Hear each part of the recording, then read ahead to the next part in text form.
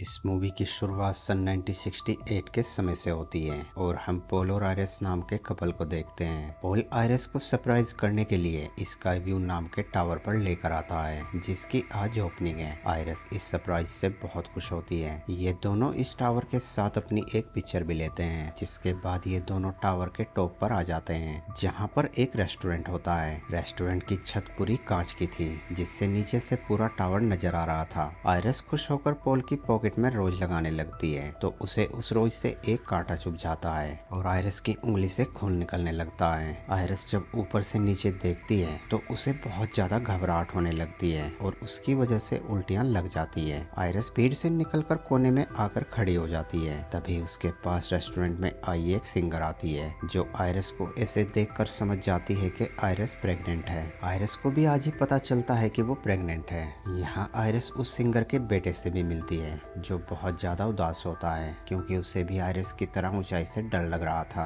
फिर iris Paul के पास आती है, जो उसे टावर के टॉप पर लेकर आ जाता है और आयरिस को प्रपोज करता है। आयरिस भी खुशी खुशी उसका प्रपोजल एक्सेप्ट कर लेती है और उसे बताती है कि मैं प्रेग्नेंट हूँ। ये खबर सुनकर पॉल और भी ज्यादा खुश हो जाता है। यहाँ हम एक बच्चे को देखते हैं, जो एक कॉइन को ऊपर से नीचे फेंकता है, मगर वो कॉइन नीचे गिरने के बजाय एसी डक में जाकर फंस जाता है। नीचे रेस्टोरेंट में सभी लोग डांस कर रहे थे। यहाँ आयरिस को फिर से घबराहट होने लगती है, तो पॉल उसे लेकर नीचे रेस्टोरेंट में आ जाता है। तभी हम देखते हैं कि रेस्टोरेंट के फ्लोर में दरारें पड़ने लगी हैं, मगर इस बात से अनजान सभी लोग वहां लगातार डांस कर रहे थे। तभी वो फ्लोर अचानक टूट जाता है और वो सभी लोग नीचे गिर जाते हैं। पॉल खुद को बचाने के लिए एक कांच के टुकड़े को पकड़ लेता है, पर उसके हाथ बहुत बुरी तरीके से जख्मी हो जाते हैं और पॉल भी नीचे गिर जाता है। वहीं वो कोइन डक से निकलकर गैस के पाइप पर आकर टकरा जाता है, जिसकी वजह से वहां आग लग जाती है। बचे हुए लोग आग से खुद को बचाने के लिए लिफ्ट की तरफ भागते हैं और लिफ्ट भी ओवरलोड होने के कारण टूट जाती है और उन सब की भी मौत हो जाती है। अभी रेस्टोरेंट का आधा हिस्सा टूटकर अलग हो जाता है, जिसकी वजह से लोग फिसलकर आधे हिस्से में आ जाते हैं। पर तभी वो कोइन फैन से निकलकर पियानो पर आकर गिरता है और पियानो का बैलेंस बिगड़ जाता है, जिसकी वजह से रेस्टोरेंट का ये हिस्सा भी टूटकर नीचे गिर जाता है। अब आयरिस यहाँ उस सिंगर के बेटे को देखती है। आयरिस उसे लेकर सीढ़ियों से जाने लगती है, पर तभी इनके नीचे का हिस्सा भी टूट जाता है और ये दोनों नीचे गिरने लगते हैं। तभी आयरिस की रिंग दो सरियों के बीच में फंस जाती है, मगर वजन ज्यादा होने के कारण आयरिस की उंगली टूटकर अलग हो जाती है और वो दोनों भी गिरकर मर जाते हैं। फिर हम यहाँ एक लड़की को जोर से चीख मारते हुए देखते हैं, तो हमें पता चलता है कि ये सब हमने जो देखा है वो सब स्टेफनी नाम की लड़की की प्रेमनिशन थी। वो इस वक्त अपनी क्लास में थी और उसके इस तरह चिल्लाने से पूरी क्लास डिस्टर्ब हो गई थी। प्रोफेसर के पूछने पर स्टेफनी उसे बताती है कि मुझे बचपन से ही डरावने सपने आते हैं, जो देखने में बहुत रियल होते हैं। रात में स्टेफनी को फिर से वही विजन आता है और वो एक बार फिर से डर कर उठ जाती है, तो उसकी रूममेट उसे कहती है कि तुम्हें इस बारे में अपनी फैमिली से बात करनी चाहिए। स्टेफनी उसकी बात मानते हुए अगली सुबह अपनी फैमिली के पास आ जाती है, जहाँ वो अपने डैड और अपने भाई से मिलती है। स्टेफनी का भाई चार्ली अपने मामा के घर जा रहा होता है, तो स्टेफनी भी उसके साथ अपने मामा के घर आ जाती है। स्टेफनी के कजन उससे मिलकर बहुत खुश होते हैं। फिर स्टेफनी अपने मामा से अपनी नानी आयरिस के बारे में पूछने लगती है। यहाँ हमें पता लगता है कि स्टेफनी आयरिस की नाती है। आयरिस का बेटा अपनी मॉम का नाम सुनकर स्टेफनी पर बहुत गुस्सा होता है। वो स्टेफनी से कहता है कि वो औरत हमारे लिए मर चुकी है, क्योंकि वो मुझे और तुम्हारी मॉम को बचपन में ही छोड़कर अकेली आइलैंड पर रहने चली गई थी और अकेली रहने के कारण तुम्हारी मॉम की दिमागी हालत भी खराब हो गई और वो भी हमें छोड़कर चली गई। ये कहकर स्टेफनी के मामू वहाँ से चले जाते हैं, तो स्टेफनी अपनी मामी से हेल्प मांगती है, तो उसकी मामी उसे आयरिस के कुछ लेटर और उसका एड्रेस देती है। चीजों में वो फोटो भी थी जो आयरिस और पॉल ने उस टावर के साथ खिंचाई थी, जिसे देखकर स्टेफनी पूरी तरह से हैरान हो जाती है, क्योंकि वो इस फोटो और इस टावर को अपने विजन में देख चुकी है। अब स्टेफनी बिना देर किए हुए आयरिस से मिलने के लिए उस आइलैंड पर आ जाती है। यहाँ आयरिस ने मौत से बचने के लिए बहुत सारे जाल बिछा रखे होते हैं। स्टेफनी आयरिस को अपने बारे में बताती है, जिसे सुनकर आयरिस उसे घर के अंदर ले लेती है। आयरिस अपनी नाती से मिलकर बहुत खुश होती है और उसे उसकी मॉम के बारे में पूछती है। तो स्टेफनी उसे बताती है कि हमारी मॉम तो हमें बचपन में ही छोड़कर चली गई थी। अब स्टेफनी आयरिस से पॉइंट की बात करती है। वो बताती है कि मुझे हर रोज सपने आते हैं और मैं हर रोज सपने में आपको और ग्रैंडपा को उस टावर पर देखती हूँ, पर वो टावर पूरी तरह से तबाह हो जाता है और सभी लोग मर जाते हैं। मैं आपसे जानना चाहती हूँ कि ये विजन मुझे क्यों आते हैं और मुझे जानना है कि आप उस दिन कैसे बची। इस पर आयरिस उसे कहती है कि जो विजन तुम्हें आते हैं वही विजन मुझे भी आते हैं और इन्हीं विजन की वजह से उस दिन मैंने इतने लोगों की जान बचाई थी। उस दिन मैंने उस बच्चे के हाथ से उस कॉइन को छीन लिया था और नीचे जाकर फ्लोर टूटने से पहले मैंने सभी लोगों को वहां से हटा दिया था, जिसकी वजह से काफी लोगों की जान बच गई थी।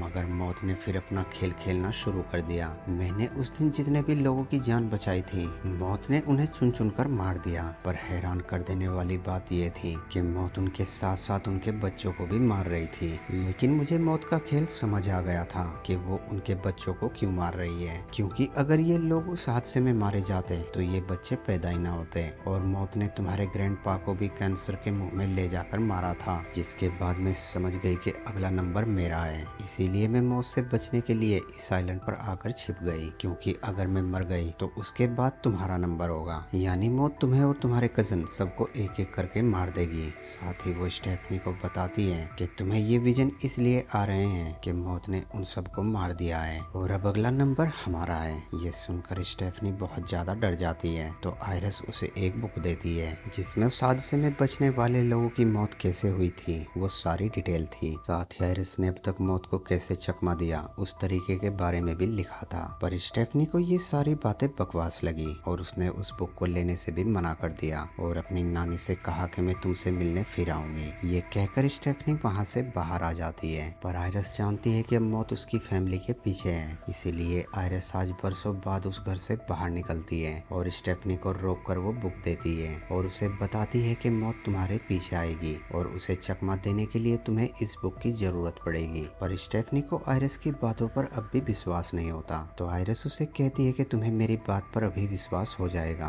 क्योंकि मुझे पता है कि मैं कुछ मिनटों में ही मरने वाली हूँ। और तभी एक जगह से गैस लीक हुई, जिसकी वजह से छत पर लगी एक शार्प चीज नीचे गिरी और इसी तरह से एक के बाद एक चैन बनती चली गई। और तभी एक चीज आकर आयरिस के मुंह के आर पार हो गई और आयरिस की वहीं पर मौत हो गई। ये देखकर अब स्टेफनी को आयरिस की बातों पर विश्वास हो जाता है। 2 दिन बाद आयरिस का फिनरल था, जिसमें स्टेफनी की मॉम भी आई होती है। मगर स्टेफनी के डैड और उसका भाई, यहाँ तक कि खुद स्टेफनी भी अपनी मॉम से नाराज थी, क्योंकि वो उन्हें बचपन में ही छोड़कर चली गई थी। पर अब स्टेफनी समझ जाती है कि उसकी नानी की मौत के बाद या तो मौत उसकी मॉम को मारेगी या फिर उसके मामा को। यही जानने के लिए स्टेफनी आयरिस की दी हुई बुक को देखने लगती है, मगर उसे कुछ भी समझ में नहीं आता। तो स्टेफनी अपनी फैमिली को कॉल करती है, जो इस वक्त अपने कजन के घर पर होते हैं। ये सब लोग सारे गम भुलाकर पार्टी कर रहे होते हैं। स्टेफनी एक के बाद एक सबको कॉल करती है, मगर उसकी कॉल कोई भी पिक नहीं करता।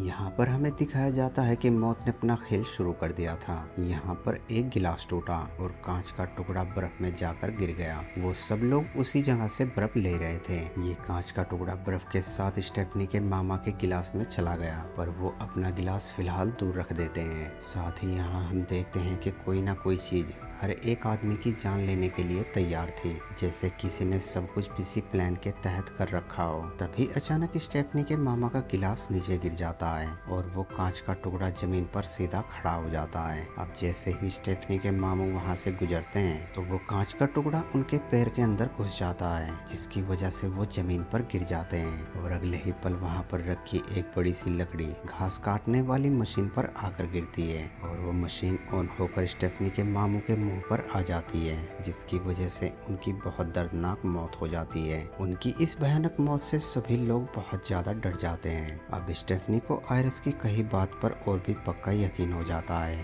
वो अपनी फैमिली को आयरिस की दी हुई बुक को दिखाती है और उन्हें समझाती है कि ये लोग कैसे मौत को चकमा दे सकते हैं। साथ ही वो बताती है कि जो लोग उस दिन टावर पर होने वाले हादसे में बच गए थे, उन्हें और उनकी फैमिली को मौत ने कैसे चुन चुन कर मार दिया है और अब बस उनकी और एक लड़के की फैमिली ही बची है। स्टेफनी उन्हें इस चैन के बारे में भी समझाती है। वो कहती है कि हमारी फैमिली में पहले आयरस मरी, फिर उनका बेटा मरा, और अब इस चैन के हिसाब से अगला नंबर मामू के बड़े बेटे का है, और मामू की पूरी फैमिली खत्म होने के बाद मेरी मॉम की बारी है, मेरी मॉम के मरने के बाद में और मेरे भाई की बारी है। पर डैड और मामी बच जाएंगे क्योंकि इनका खून आयरस के खून से अलग है। ये सारी बातें सुनने के बाद स्टेफनी के कजन भाइयों को उस पर विश्वास नहीं होता। उल्टा वो स्टेफनी को ये कहकर डांटने लगते हैं कि तुम हमारे डैड की मौत का मजाक उड़ा रही हो। इस पूरी फैमिली में बस एक इंसान था जिसे स्टेफनी की बातों पर विश्वास था, और वो थी स्टेफनी की मॉम। मगर स्टेफनी अपनी मॉम के साथ अच्छे से बात नहीं करती थी। स्टेफनी का कजन भाई एरिक वहाँ से नाराज होकर चला जाता है। रात में जब एरिक शॉप का काम खत्म कर अपने घर जाने लगता है तो एरिक का बॉस उसे आज रात शॉप में ही रुकने को कहता है। आज एरिक अपने डैड को बहुत मिस कर रहा था,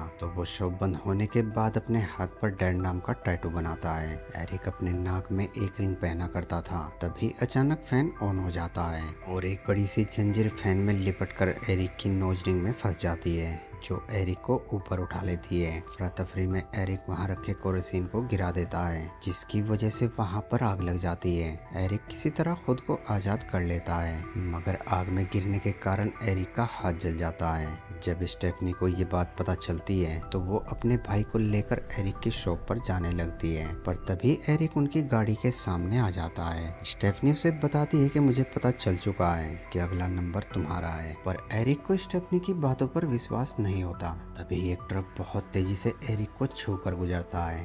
ये देखकर स्टेफनी के होश उड़ जाते हैं। वो समझ जाती है कि एरिक की मौत का सबब एक ट्रक ही होगा। स्टेफनी एरिक को हर तरह के ट्रक से दूर रहने को कहती है, पर एरिक उसे कहता है कि तुम भी ग्रैंड माँ की तरह पागल हो गई हो, और वो स्टेफनी को गलत साबित करने के लिए जानबूझकर कचरे के ट्रक को छूता है। पर स्टेफनी एरिक पर ध्यान देने के बजाय वहाँ की हर चीज को ध्यान से देख रही होती है। तब तक वहाँ एरिक की बहन जूलिया भी आ जाती है, जो उनकी ये बातें सुनकर सीधी वॉक के लिए निकल जाती है। तभी वहाँ खेल रहे बच्चों की फुटबॉल जूलिया के सर पर आकर लगती है और जूलिया कचरे की बकेट में गिर जाती है, और वो गाड़ी वाला जल्दी से जूलिया को उस कचरे के साथ अंदर डाल लेता है। ये देखकर वो तीनों उस ट्रक को रोकने की कोशिश करते हैं, मगर उस ट्रक के ड्राइवर ने कानों पर हेडफोन लगा रखे होते हैं। स्टेफनी जूलिया को बचाने के लिए ट्रक के ऊपर चढ़ जाती है, और तभी वो ट्रक वाला प्रेशर से कचरे को सेट करने लगता है, जिसकी वजह से जूलिया भी उस कचरे के साथ पिसकर मर जाती है। जिसके बाद ये पूरी फैमिली बहुत ज्यादा डिस्टर्ब हो जाती है। स्टेफनी को भी अपनी थ्योरी पर विश्वास नहीं रहता, क्योंकि उसकी थ्योरी के हिसाब से तो एरिक को मरना था, पर मर जूलिया गई। यहाँ स्टेफनी की मामी उसे एक बहुत बड़ा राज बताती है। वो स्टेफनी से कहती है कि तुम्हारी थ्योरी गलत नहीं है। वो कहती है कि असल में एरिक तुम्हारे मामू का लड़का नहीं है, बल्कि ये मेरे बॉयफ्रेंड का है, और इसी वजह से ये बच गया है और जूलिया मारी गई है। ये सच जानने के बाद एरिक को बहुत बड़ा झटका लगता है, और वो अपनी मॉम से नाराज होकर वहाँ से चला जाता है। अब एरिक का छोटा भाई बॉबी स्टेफनी से पूछता है कि अगर सब कुछ ऑर्डर के हिसाब से चल रहा है तो इसका मतलब ये है कि अगला नंबर मेरा है। बॉबी स्टेफनी से कहता है कि प्लीज मेरी मदद करो, मैं मरना नहीं चाहता हूँ। इस पर स्टेफनी उसे कहती है कि मैं तुम्हारी मदद करना चाहती हूँ, मगर मुझे नहीं पता कि आगे क्या होगा। तो बॉबी कहता है कि तुम सोचो, तुम पहले भी ये सब कुछ कर चुकी हो। यहाँ स्टेफनी को याद आता है कि आयरिस ने उसे एक लड़के के बारे में बताया था जो उस दिन उस हादसे से बच गया था। वो आज भी एक हॉस्पिटल में काम करता है। स्टेफनी अपनी फैमिली से कहती है कि अगर वो आज भी जिंदा है तो उसे जरूर पता होगा कि मौत को चकमा कैसे दिया जा सकता है। जिसके बाद ये चारों हॉस्पिटल में आ जाते हैं। यहाँ स्टेफनी उसका नाम जेडी पुकारती है। ये नाम सुनकर वो आदमी चौंक जाता है, क्योंकि इस नाम से उसे सिर्फ आयरिस ही पुकारा करती थी।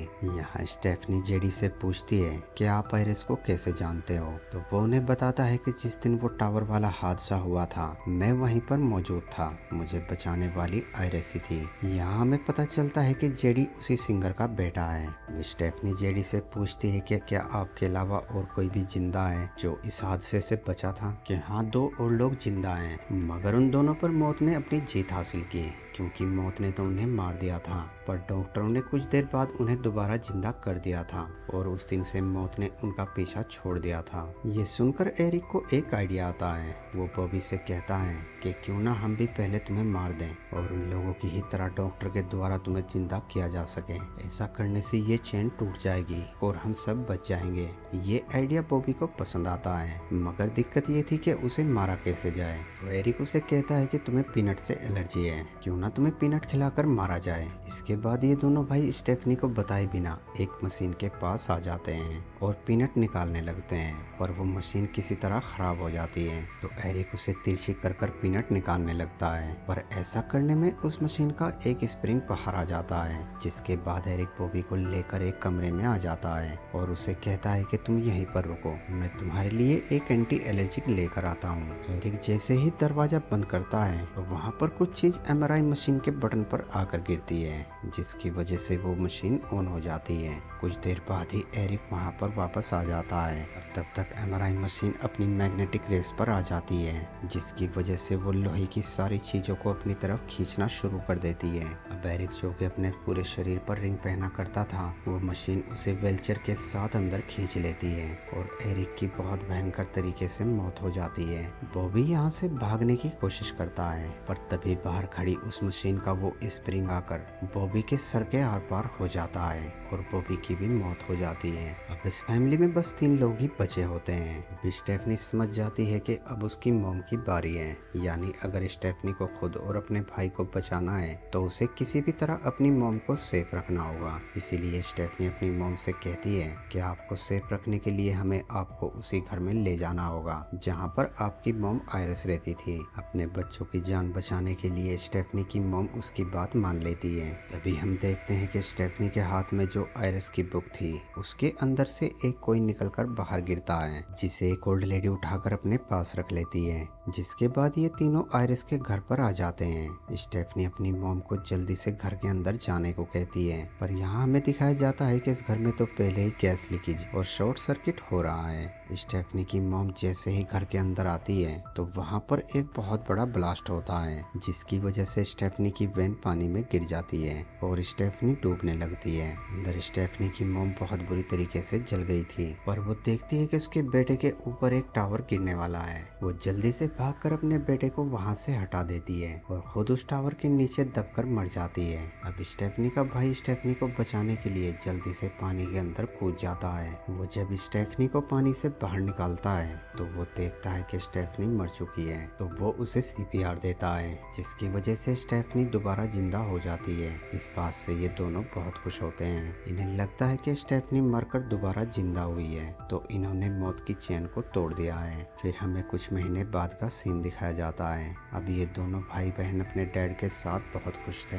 आज स्टेफनी के भाई चार्ली की ग्रेजुएशन पार्टी थी। स्टेफनी खुश होकर उसकी पॉकेट में एक रोज लगाती है और आयरिस की तरह ही उसे भी कांटा चुभकर खून निकलने लगता है। फिर हम उस ओल्ड लेडी को देखते हैं जिसके पास आयरिस का वो कॉइन था। वो लेडी जैसे ही अपना पर्स खोलती है तो वो कॉइन उसके पर्स से निकलकर ट्रेन की पटरी पर आ जाता है। ये वही पटरी थी जिसे हमने मूवी के स्टार्ट में देखा था। सीन फिर से स्टेफनी और उसके भाई पर शिफ्ट होता है। यहाँ उनका फैमिली डॉक्टर चार्ली को बधाई देता है और स्टेफनी से कहता है कि तुम्हारे भाई ने मुझे तुम्हारे बारे में बताया है, तुम बहुत लकी हो कि तुम आज भी जिंदा हो। इस पर स्टेफनी बताती है कि मैं तो मर गई थी, मगर चार्ली ने मुझे किसी तरह दोबारा जिंदा कर लिया था। ये सुनकर डॉक्टर उसे कहता है कि तुम मरी नहीं थी, क्योंकि मेडिकल हिस्ट्री में उस आदमी को मरा हुआ माना जाता है जो 5 मिनट तक सांस न ले, पर तुम तो 1 मिनट के बाद ही सांस लेने लगी थी। इसका मतलब ये है कि तुम मरी नहीं थी, बस तुम बेहोश हो गई थी। ये सुनकर उन दोनों भाई बहन का कलेजा मुंह को आ जाता है। अब स्टेफनी समझ जाती है कि मौत की चैन नहीं टूटी है और तभी वो कॉइन की वजह से ट्रेन पटरी से उतर जाती है और ट्रेन इनके घरों को तोड़ते हुए इन दोनों का पीछा करने लगती है। तभी ट्रेन से कुछ लकड़ियां निकलकर इन दोनों के ऊपर गिरती हैं और इन दोनों की भी मौत हो जाती है। इस सीन के साथ हमें समझाया गया कि आप मौत से बच नहीं सकते और इसी मैसेज के साथ इस मूवी का एंड हो जाता है। दोस्तों, वीडियो अच्छी लगी हो तो वीडियो को लाइक और चैनल को सब्सक्राइब जरूर करना। Thanks for watching.